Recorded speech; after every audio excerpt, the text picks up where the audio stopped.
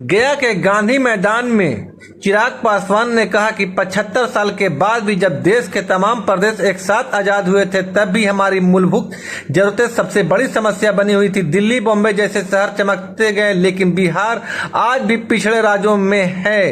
चिराग पासवान को समाप्त करने का सपना देखने वाले भूल जाते हैं कि मैं शेर का बेटा हूँ, रामविलास पासवान का बेटा हूँ। मैं सिर पर कफन बांध कर निकला हूँ। जब तक बिहार को विकसित राज्य न बना दूं चैन की सांस तक नहीं लूंगा।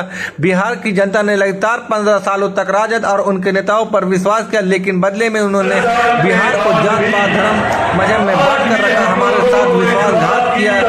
वो अपनी राजनीति को सीखते रहे और हमारे घर बर्बाद होते रहे। बिहार की जनता ने लगातार हमारा बिहार एक विकसित राज्य नहीं बन पाया।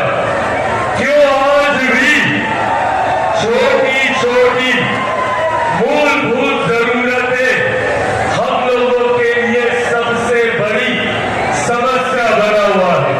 हकीकत है कि भारत एक साथ आजाद हुआ, भारत के तमाम प्रदेश एक साथ आजाद हुए, तो फिर क्या कारण कि कहीं दिल्ली बंबई जैसे चमचमाते शहर बने और वही हमारा प्रदेश बिहार जो आजादी के 75 साल के बाद भी एक पिछड़ा राज्य कहलाता है। कौन लोग जिम्मेदार हैं, किनकी जवाबदेही है? ये चुनाव वो जवाबदेही तय करने का समय है। 75 सालों के बाद भी बिहार को पिछड़ा बनाए रखा उन लोगों को जवाबदेह करने का समय है। साथियों, आज सबसे बड़ी विडंबना हमारे राज्य की जिस तरीके से हम लोगों को बांटा जाता है। आप चले जाइए किसी भी दूसरे राज्य में, उस राज्य के लोग एकजुट होकर एकत्रित होकर अपने राज्य के विकास की बात करते हैं।